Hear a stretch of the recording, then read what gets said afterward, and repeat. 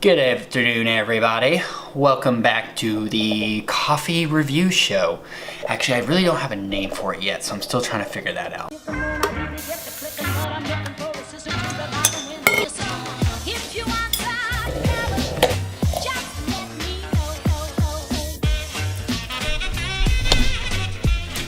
Welcome to another coffee review with yours truly. Welcome to episode one, the first one of Coffee Breaks, and exciting guest to partake in the first ever coffee tasting. We have Barista. Yes, Barista.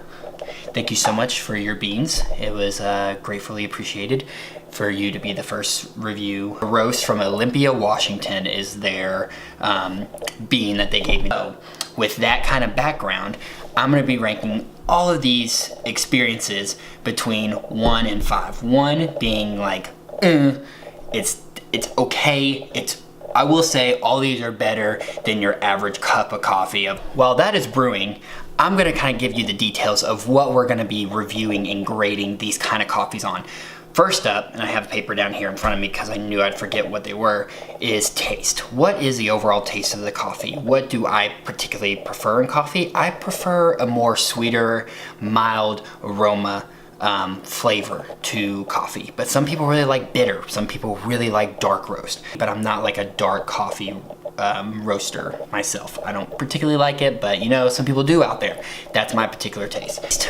I have atmosphere, meaning the vibes, the location, what it's kind of set up as. I'm gonna show you B-roll footage of in-betweens of when I'm talking about the shop. And then the merchandise, I think, is a big thing. A lot of people have to have cool merchandise because yes, you have great coffee, but like if you have really cool hats, you have really cool designs, you have really cool like stickers, different things like that you can promote the coffee with, it's awesome. And if you have really cool designs, I'll give you a thumbs up for that because I'm a design person myself. I like being creative.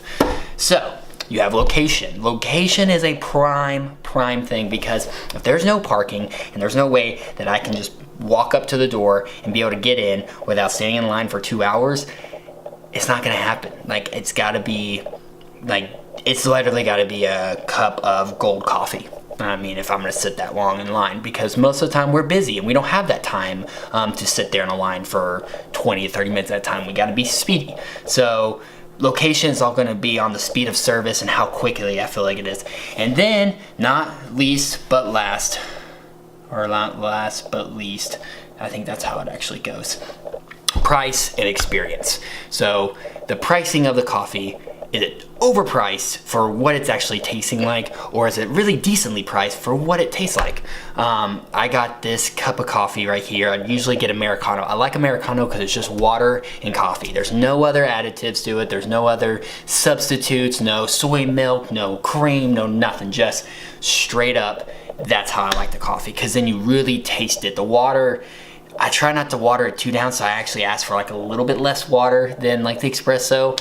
Atmosphere, merch, location, and price. Those are the 5 things that I'm gonna take and really analyze. Okay?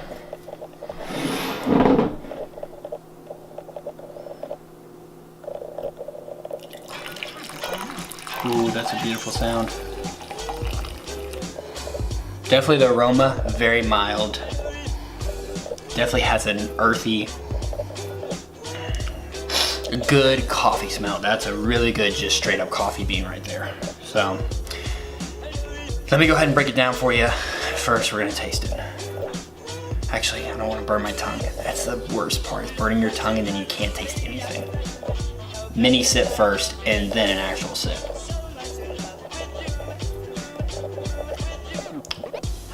Ooh.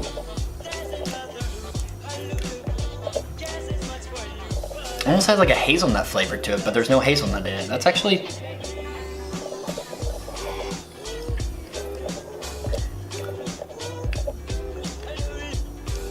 I will say, it's bitter when you first drink it, then it smooths and it sweetens out at the end. That's weird, because usually it's the other way around. Usually it's very sweet and then it has that bitter coffee taste.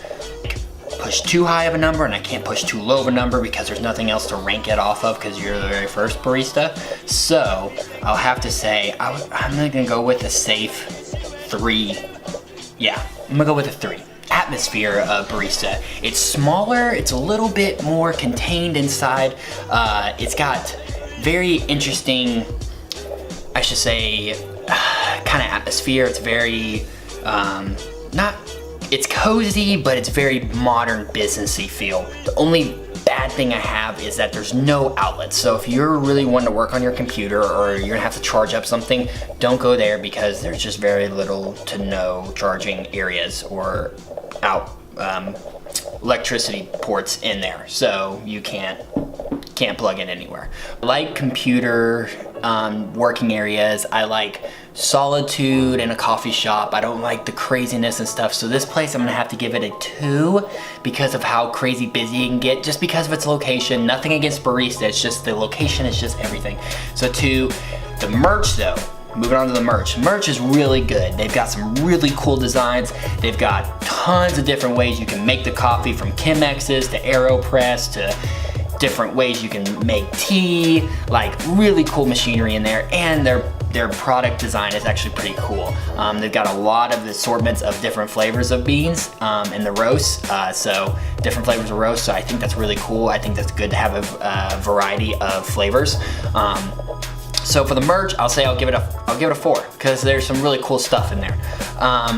Location, like I just said, location is a tough one. I'm gonna have to give it a 2 because the 2 is a hard one, but it's just because, like I said, it's on a very busy street. There's a lot of tourists. There's a lot of coming out, going, people coming in. It's not a place that you're gonna stay for long. So for a quick go of coffee, very great place. For a place to sit down and try to get some stuff done, not happening. So, price and experience. The price, decently priced for that area because that whole street is, like I said, a touristy area, so they're gonna have their prices just a little bit higher, but they're not overly priced like $5-6 cups of coffee. They're more in the $3 to $5 range, so you can budget it, you can make it happen.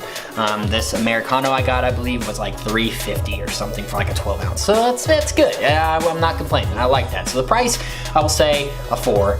Great. Experience, they're really nice people in there. Very attentive, aware, very quick. The coffee came out within like as fast as it could. Everybody was working together, so it was a really cool experience to see all the staff working together and doing really well at putting out the coffee and giving out the pastries and food. So yeah, great experience on that. I'll say that's a 4. So overall, I give it a score of a 15.8. 15.8 because I ended up going with the taste on a 3.8 because it was really good. Because as I continue to drink it, it actually tastes better and better every time. So that's awesome, that's great. So 15.8, Barista, thank you so much. Thank you so much for joining me on the first ever episode of Coffee Breaks. And we're gonna have beer reviews on here too, and we're gonna have just a lot of fun. So just like, if you haven't yet, go below the screen right here, there's a little subscribe button, it's red. Click that, smash it, do whatever you need to do to subscribe to this channel, because that means the world to me, and it means so much for you guys to watch these videos, see these reviews, actually say, hey, that's actually a decent cup of coffee, I'm gonna go try that place, and then bring them business, which is an overall what I wanna do. It's not just promote myself, I wanna promote others. I wanna promote other people's stories, because there's a lot of cool things out there, and I want to let the world see it, and understand it, and know it's there. So yeah, thank you for tuning in, and tune in next week for another episode of Coffee Breaks. See you guys. Oh, don't forget my cup of coffee.